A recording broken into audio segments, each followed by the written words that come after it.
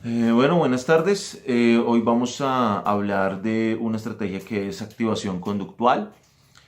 Como vimos la semana pasada, pues estuvimos revisando el tema de reestructuración cognitiva y ahí pues nos damos cuenta que también, o sea, la reestructuración cognitiva se utiliza principalmente para depresión, pero la estrategia que en este momento ha demostrado más efectividad para el tema de depresión es la activación conductual. Entonces la idea es que el día de hoy revisemos eso que tiene que ver con activación conductual. Entonces, para entender el tema de activación conductual, tenemos que comenzar hablando de la depresión, ¿sí? de entender cómo se concibe desde este modelo el tema de depresión. La activación conductual es una estrategia principalmente, como su nombre lo indica, conductual.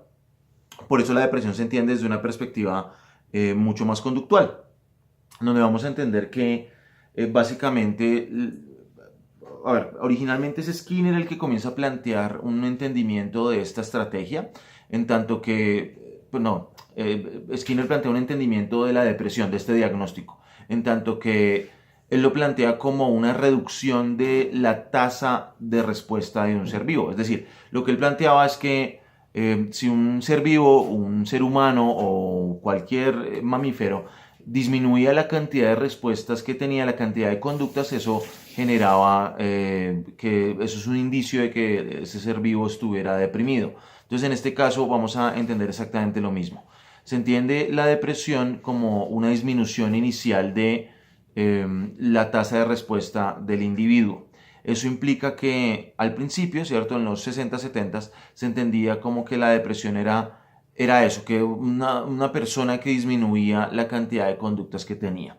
Después de eso vienen otros teóricos como Ferster y Levinson, donde ya comienzan a plantear que no es solamente, no se trata solamente de la disminución de las conductas en específico, de la frecuencia, sino también que se trata de las consecuencias, se trata también de las contingencias específicas relacionadas con eso. Entonces, por ejemplo, lo que planteaban era que no era solamente la disminución de la cantidad de conductas que tiene esa persona, sino que además también es la disminución de la cantidad de reforzadores positivos que se presentan en la vida de esa persona. Entonces, que en la persona deprimida no se trata solamente de una persona que disminuye la cantidad de conductas que tiene, sino también la disminución de las consecuencias positivas, de las cosas que, de las consecuencias apetitivas que tiene esa persona en su vida.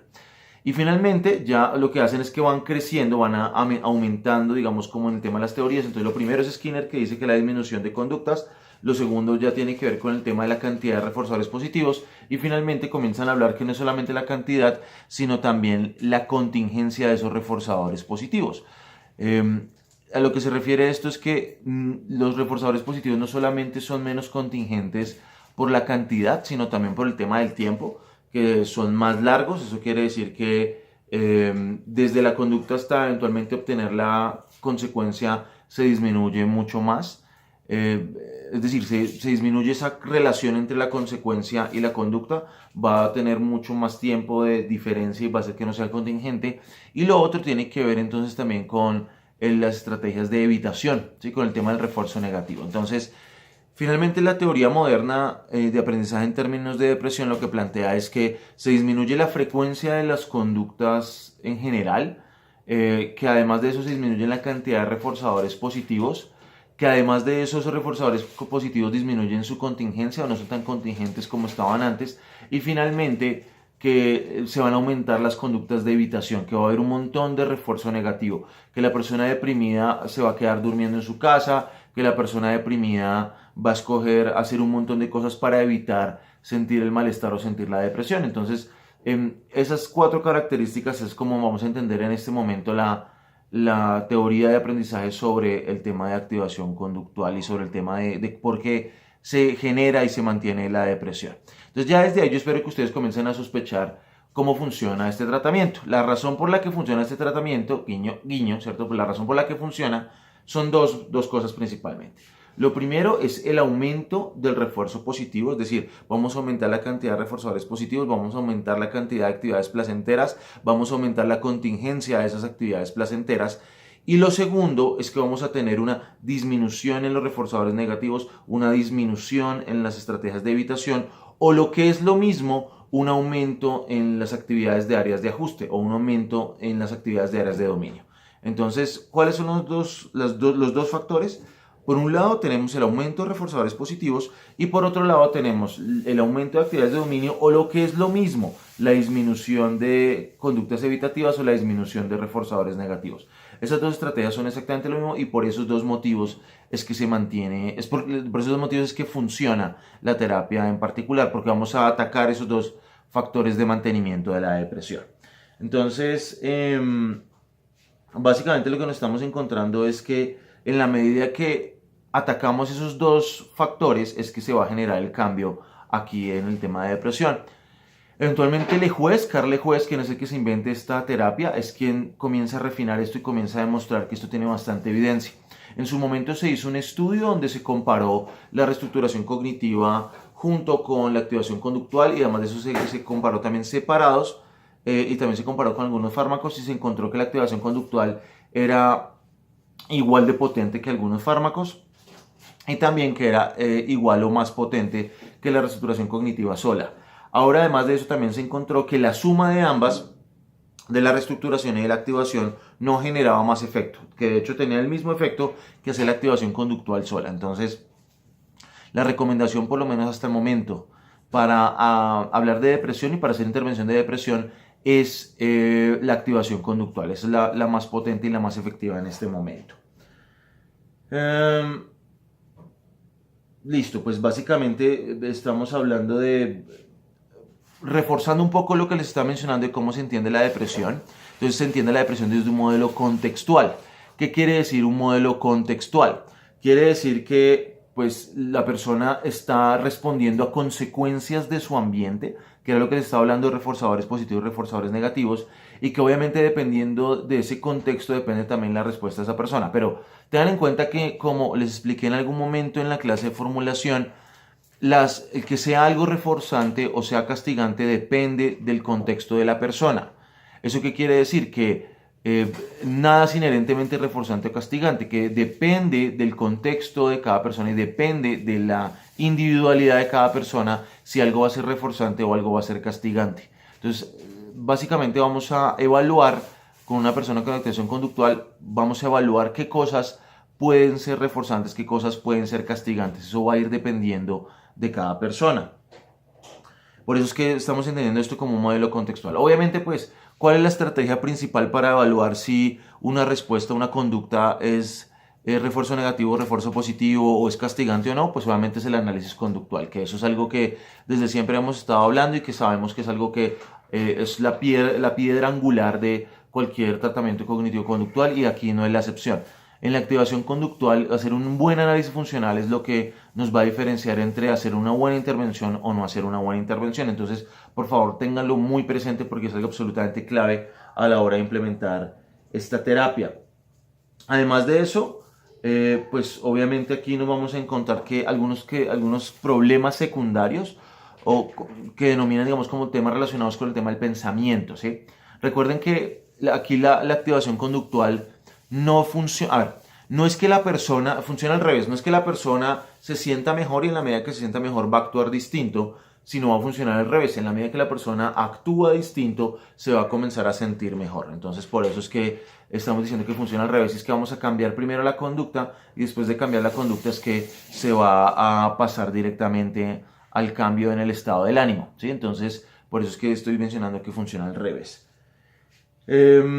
Esos problemas secundarios, el tema de pensamiento y rumiación, eso se hacen algunas recomendaciones. De hecho, con el tema de rumiación lo que se recomienda es que se haga una especie como de happy hour o algo así parecido de la hora de la rumiación, donde le digo a la persona que deje de estar rumiando en el día y que más bien le dedique una hora específica a rumiar. Entonces, ¿cómo así? Digamos, la persona llega a las 7 de la noche y la persona a las 7 de 7 a 8 de la noche se va a sentar a rumiar. Entonces, obviamente lo que va a pasar es que a los 10-15 minutos de que la persona está rumiando, se va a dar cuenta que no entiende mucho más acerca del problema, que no tiene mucho más avance. Algo parecido a lo que se hace en ansiedad generalizada, cuando la exposición a la preocupación. Entonces, aquí la idea es ir neutralizando ese efecto y sobre todo que neutralizar los momentos donde la persona está rumiando y además de eso de estar rumiando, hace otras cosas mientras, bueno, está rumiando mientras hace otras cosas. Está cocinando, está caminando, está hablando, se está bañando, está haciendo las tareas, está haciendo los trabajos y se pone a rumiar. Entonces la idea es neutralizar eso y más bien que la persona actúe muy anclado. Entonces también por eso esta estrategia puede ir muy de la mano con conciencia plena, porque la idea es que la persona también se pueda concentrar en el presente, pero nuevamente la persona al principio no va a tener muchas ganas de estar haciendo este tipo de conductas, pero sin embargo hay que hacerlo, ¿no? La idea es que la persona haga las conductas, se comporte de manera distinta, diferente, y después de eso es que se va a ir sintiendo mejor, se va a ir sintiendo distinto. Algunas recomendaciones adicionales, ya lo mencioné, obviamente hacer un muy buen análisis funcional. Hay que estar muy atentos en términos de las consecuencias ambientales y contextuales que están manteniendo la tristeza de la persona.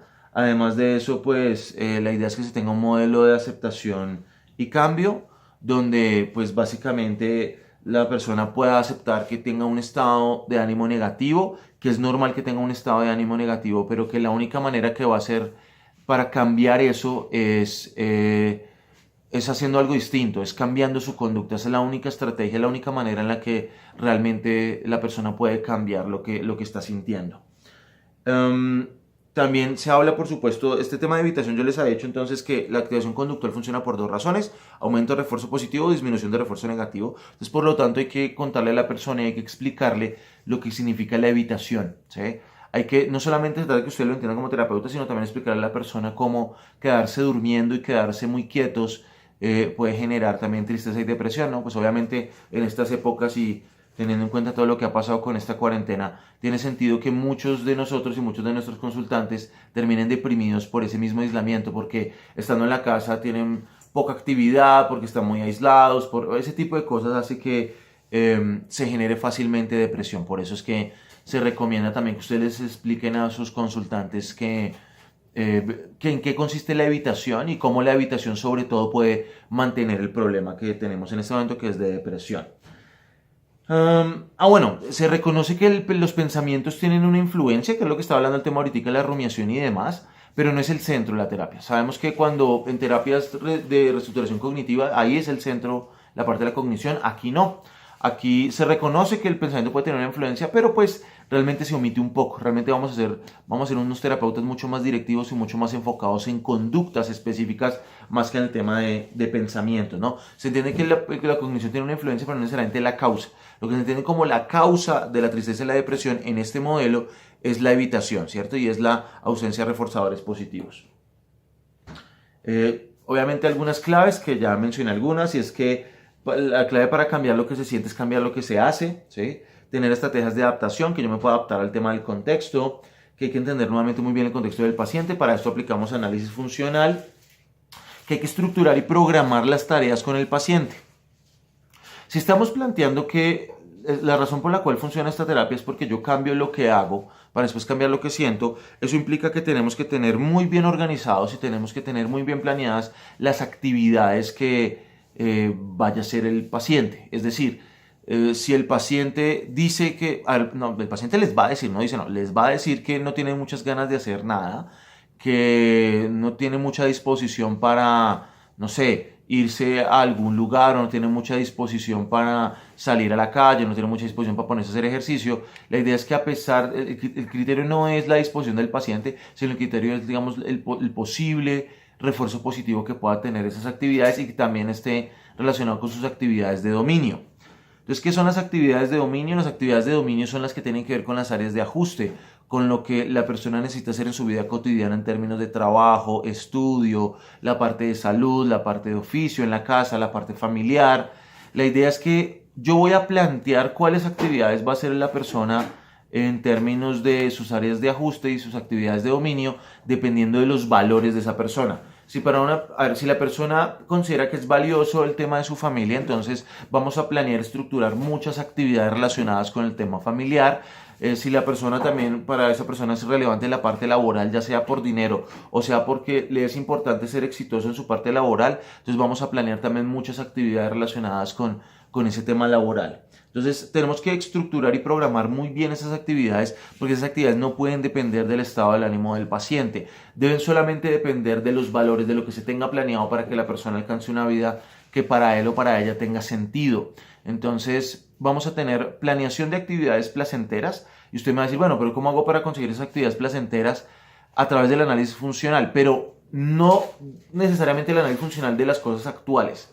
Porque obviamente la persona va a decir que en este momento no disfruta nada. Recuerden que uno de los síntomas de la depresión es la anedonia. Entonces vamos a sacar esas actividades placenteras del pasado, de anteriormente que le gustaba hacer la persona, de tradicionalmente que le gustaba hacer antes de que estuviera deprimido. Ahí nos vamos a encontrar con diferentes motivos o diferentes razones por las cuales podamos asumir que X actividad puede ser placentera. Por ejemplo, una persona que me dice que hace unos 3, 4 años estaba haciendo algún deporte, que le gustaba montar bicicleta, y que hace 2 años dejó de hacerlo o hace 1 año dejó de hacerlo desde que está deprimido. Entonces, si nos damos cuenta que gran parte de su vida estuvo montando bicicleta y lo disfrutaba, podemos asumir con cierta seguridad que esa es una actividad que puede ser importante para la persona o que puede llegar a ser placentera. Pero el tema de los valores sí es una evaluación actual. Los valores no cambian independientemente si la persona está deprimida o no.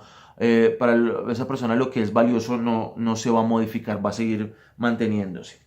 Entonces, por eso es que tenemos que estructurar muy bien.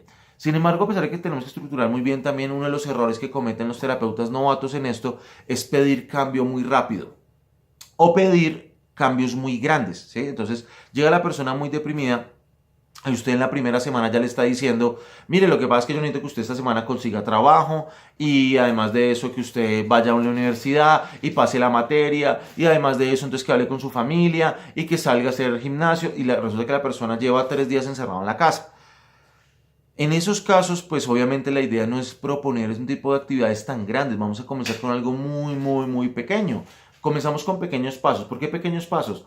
Porque si son pequeñitos, hay mayor probabilidad que el paciente lo pueda hacer y si lo puede hacer es más probable que sienta refuerzo y así eventualmente lo vamos a hacer. Si la persona, usted le plantea una actividad muy alta, muy grande y la persona no la puede cumplir, lo que va a hacer es lo contrario. Usted no va a reforzar, sino lo que va a hacer es castigar y la persona va a dejar de intentar hacer este tipo de cosas. Entonces, entre más deprimida esté la persona, más a corto plazo, más pequeño vamos a plantear las actividades que le vamos a decir. Por ejemplo, yo he tenido consultantes que están muy deprimidos y en la primera sesión lo que les recomiendo tiene que ver con actividades para ese día, ¿sí? Entonces, digamos, por ejemplo, que van a almorzar, si se van a dar un baño o no, si, no sé, si ese mismo día pueden darse no sé, como algún tipo de regalo, por decirlo de alguna manera, como ir a comer algo rico, como aplicarse cremita, como cuidarse, o sea, hacer cosas muy básicas que puedan ser reconfortantes para esa persona en ese día.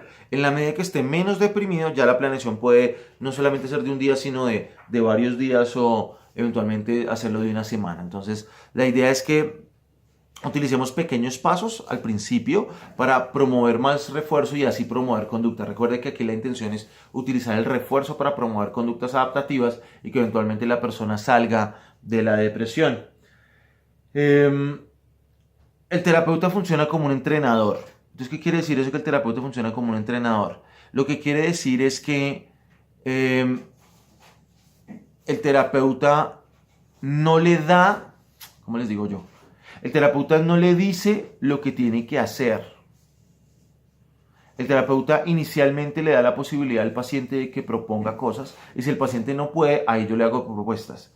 Pero el terapeuta nunca, bajo ninguna circunstancia, hace las cosas por el paciente, ¿sí? Puede pasar que un paciente muy deprimido le diga a usted que no puede, no sé, no puede pagar los recibos o que está haciendo muy difícil hablar con la familia y le pide a usted como terapeuta que sea usted el que hable con la familia, sea usted el que vaya y pague los recibos.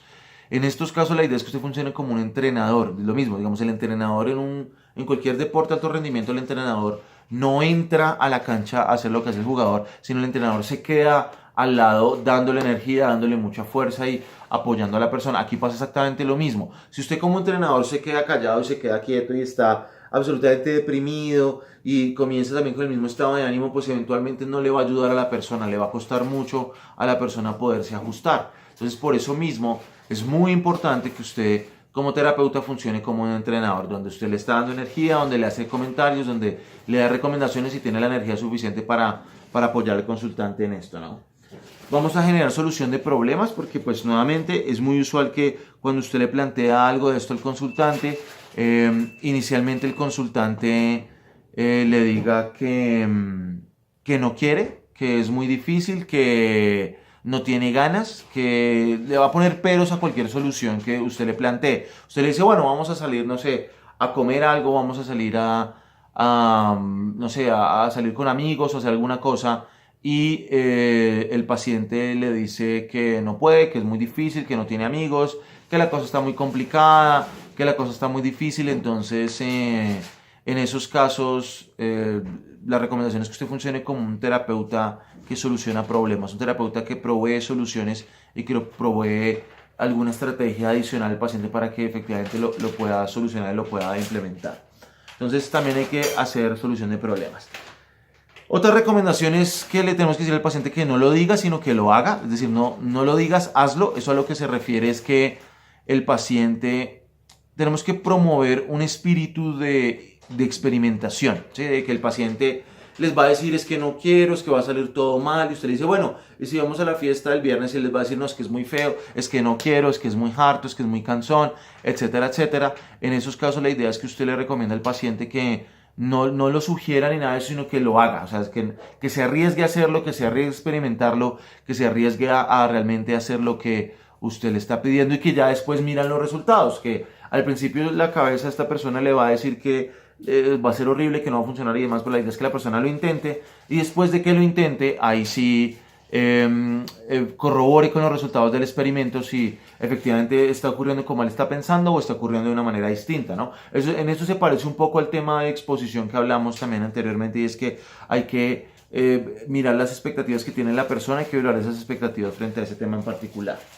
Y eventualmente también, antes de plantear las actividades, detectar algunas barreras que puede ocurrir, y es si usted cree que o el paciente considera que va a haber algunas dificultades, hacer algo de afrontamiento antes de tiempo. Entonces, por ejemplo, la persona a usted le dice, listo, vamos a salir a rumbear el viernes, y la persona le dice, listo, Camilo, yo voy a ir el viernes a rumbear. Pero usted le dice, bueno, pero ¿qué pasa si tu amigo no te contesta? ¿Y qué pasa si no encuentra la ropa? ¿Y qué pasa si no tienen mucho dinero? ¿Y qué pasa si no quieren ir a rumbear, si no quieren ir a comer? Y la idea es que en consulta le vayamos entrenando al paciente para saber qué hacer, porque cuando le planteamos estas situaciones, pues ustedes se imaginarán que lo que va a decir el paciente en ese momento es que no sabe, que está bloqueado, que no se imagina. Y eso ha pasado con varios consultantes, que uno les dice, listo, vamos a salir el viernes en la noche, y dicen que está bien, pero llega el viernes y cuando llegó el viernes dicen que no salieron porque el amigo quedó de llamarlos a las 7 y finalmente los llamó a las 8 de la noche, entonces que ellos ya estaban en pijamados y por eso no querían salir. Entonces hay que ir ayudando al consultante y entrenándolo nuevamente en estrategias de afrontamiento anterior, ¿cierto? En cómo afrontar posibles obstáculos más adelante. En la sesión, en cualquier sesión de esto, vamos a tener una estructura muy similar, y es que tenemos que revisar el progreso, hay que mirar qué fue lo que pasó en la semana, tenemos que elaborar la agenda del día, tenemos que revisar si el paciente tiene cualquier pregunta y demás relacionada con la semana, y tenemos que proponer algunas actividades entre sesiones. Ya les he mencionado que la manera de plantear esas actividades entre sesiones o de seleccionar cuáles actividades van a hacer depende del estado del ánimo del paciente, si está muy deprimido o no. Si está muy deprimido, vamos a irnos a la parte más de refuerzo positivo. Si no está tan deprimido, vamos a enfocar más sobre actividades de dominio, ¿cierto? Que es lo que nos va a funcionar. Y después de eso, pues cuando se plantean las actividades, vamos a proponer tareas, anticipar obstáculos, que era lo que le estaba mencionando ahorita, y hacer acuerdos con el paciente de qué es lo que se va a plantear y qué es lo que se va a hacer. El terapeuta tiene un estilo donde mantiene la estructura, y es que recuerden que el paciente es muy posible que llegue a consulta diciéndoles que está muy triste, que está muy deprimido, y usted por un momento de pronto se deje llevar o se deje atrapar por ese estado de ánimo del consultante y pues tenga problemas en la consulta porque se pierde la estructura de las sesiones. Recuerde que aquí las cosas no van a depender del estado del ánimo del paciente, sino de la estructura de la sesión. Es por eso que usted tiene que ser muy estructurado, y lo que usted tenga planeado para la sesión se respeta independientemente del estado del ánimo del consultante. Entonces usted tiene que estar muy orientado hacia la estructura y muy orientado hacia la acción. Sin embargo, eso no significa que usted sea un tirano, y no significa que usted menoscabe o invalide la experiencia del consultante. Usted puede ser un terapeuta cálido, usted puede ser un terapeuta amable, pero eso no implica necesariamente que usted sea un terapeuta frío, o que usted por ser cálido vaya a sacrificar la estructura de la sesión. Usted puede ser muy estructurado en sesión, pero al mismo tiempo también puede ser muy cálido y puede ser muy comprensivo, ¿no? Usted recuerde que aquí obviamente usted va a estar muy orientado hacia la acción, pero tiene que validar la experiencia del paciente. Y por supuesto, la idea es que usted oriente al paciente hacia la acción, hacia lo que tiene que hacer el paciente. Tiene que ser un trabajo colaborativo, porque nuevamente usted va a funcionar como un entrenador. Usted no va a hacer las cosas por el paciente. Usted lo que va a hacer es que va a apoyar al paciente en la manera de lo que tiene que hacer. ¿Sí? Usted no va a hablar con la familia por él. Usted lo que va a hacer es que le va a ayudar en la manera de planear qué es lo que tiene que hacer y cómo es que lo tiene que hacer, ¿cierto? Ya lo mencioné, ser muy cordial y ser muy sincero y reforzar. Recuerden que por puro principio de aprendizaje, si usted quiere promover conductas en el paciente, no puede castigar. Si el paciente le dice que intentó hacer algo y su primera respuesta es que eso es insuficiente, eso no funciona, o el paciente, por ejemplo, le dice que intentó hacer algo y que no le funcionó, que no pudo, y usted le dice, no, que es una decepción, que eso no funciona, que tiene que ponerle más de su voluntad y demás, pues ahí no va a funcionar. Y esto es una cosa acá importantísima. Uno de los grandes errores que cometen los terapeutas es decirle al paciente, ay, por favor, ponga un poquito de su voluntad, mire, colabóreme, que no sé qué. Para que esto funcione no necesita que el paciente tenga voluntad. El paciente, yo no necesito que haga las cosas sonriendo, yo no necesito que el paciente haga las cosas pues de buena manera o de buena gana, ¿cierto? El paciente, si hace las cosas, independientemente si los hace de buena gana o mala gana, igual si las hace va a funcionar. Por eso es que pilas, porque muchos terapeutas en esto tratan de decir, ay, pero póngale voluntad, mire que usted tiene que colaborarme, tiene que salir de ahí, tiene que poner de su parte. Nada de eso tienen que decirlo en consulta, porque eso lo que hace es castigar al paciente más que reforzarle. Aquí la intención es, así sea de mala gana, hay que hacerlo así sea horrible, hay que hacerlo así no me guste, hay que hacerlo así esté triste, hay que hacerlo así no me sienta muy bien, hay que hacerlo, tratar de promover efectivamente esa experimentación por parte del paciente y reforzar que el paciente tenga esos avances, ¿no? Ya mencioné el tema de la evitación.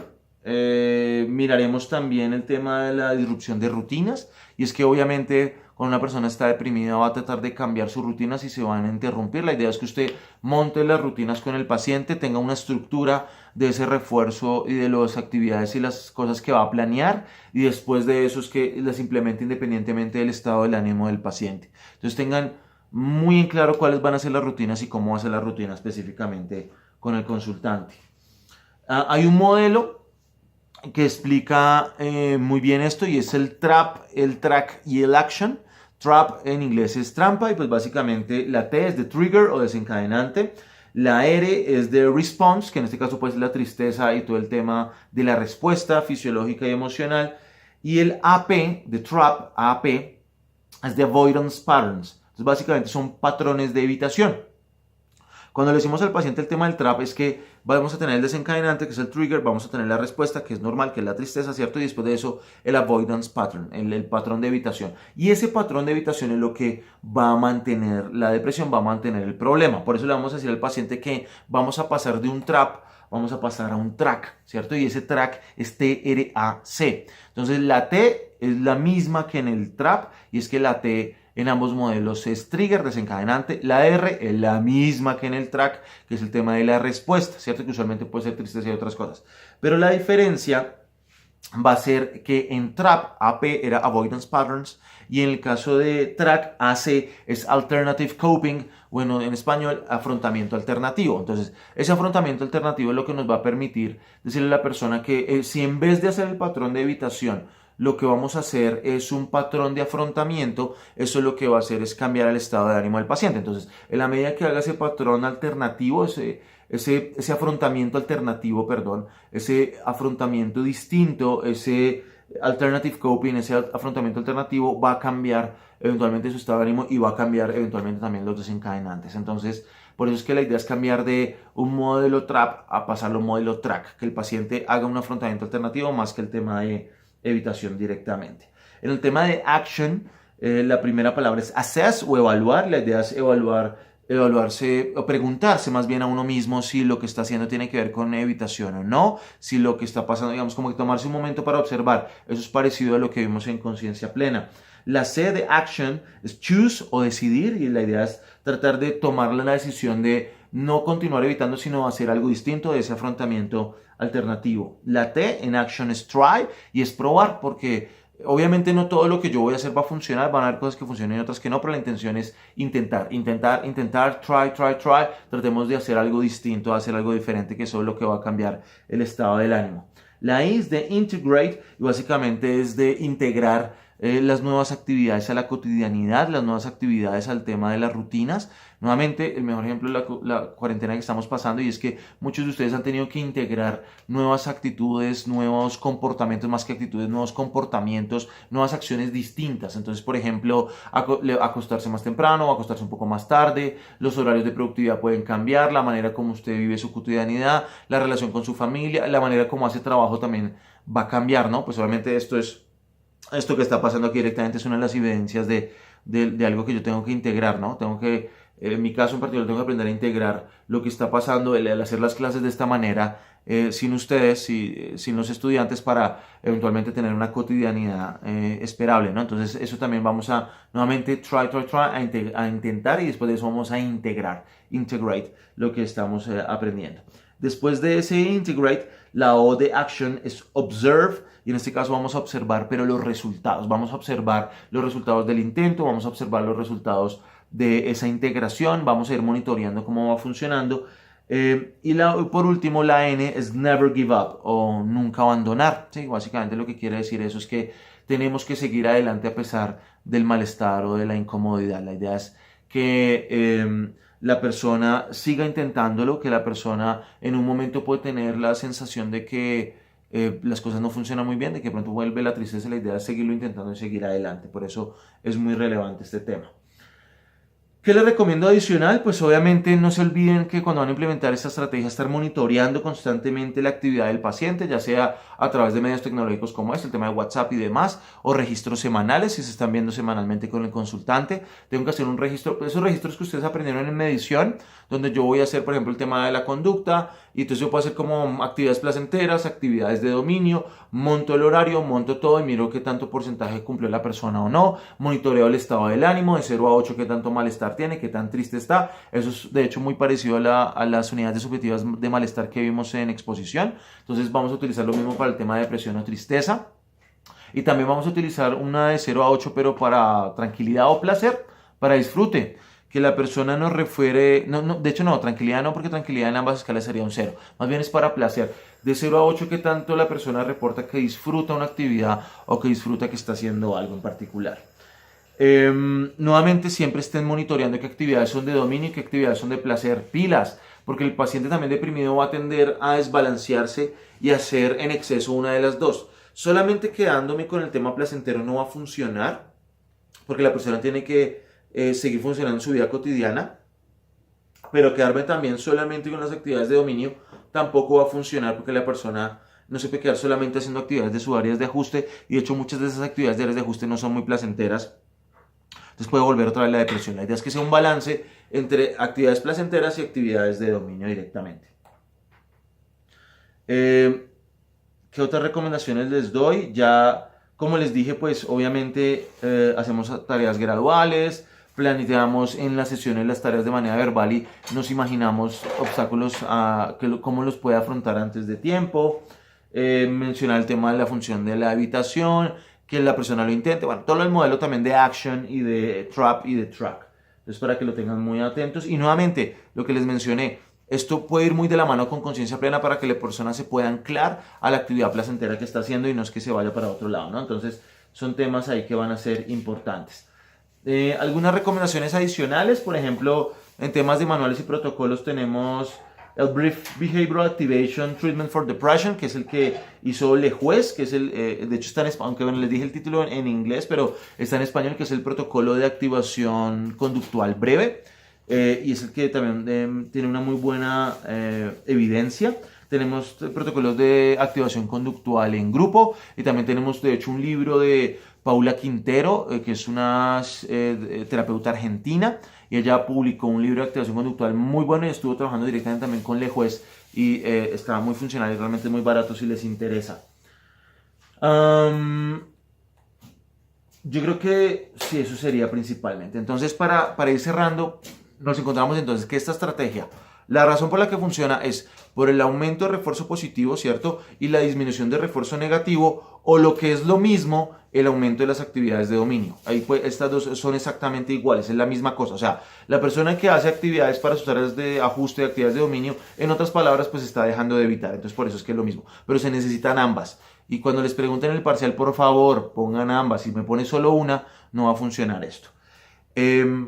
Hay que tener un estilo muy cálido, pero también muy estructurado, y hay que también ser un entrenador del consultante, ser un coach, realmente darle al paciente la energía y darle con completo convencimiento de que esto va a funcionar. ¿Listo? Entonces, es una estrategia puramente conductual, nos vamos a centrar mucho más en la conducta, a diferencia de reestructuración cognitiva, que en la parte cognitiva era mucho más el tema del pensamiento y discusión y demás. Aquí no va a ser tanto el tema de discusión, sino de vamos a hacer, vamos a planear, vamos a hacer, vamos a hacer, vamos a hacer. No nos vamos a centrar en el tema del pensamiento, y yo espero que eso también lo veamos en los juegos de roles, esa diferencia entre estilos de terapeuta entre el uno y el otro. ¿Listo? Entonces, chicos, no olviden hacer algún tipo de comentario o pregunta en el foro. Pueden mandarme correos a mí, pueden mandarle correos a las monitoras. Espero que les haya servido. Cualquier duda, por favor, me escriben.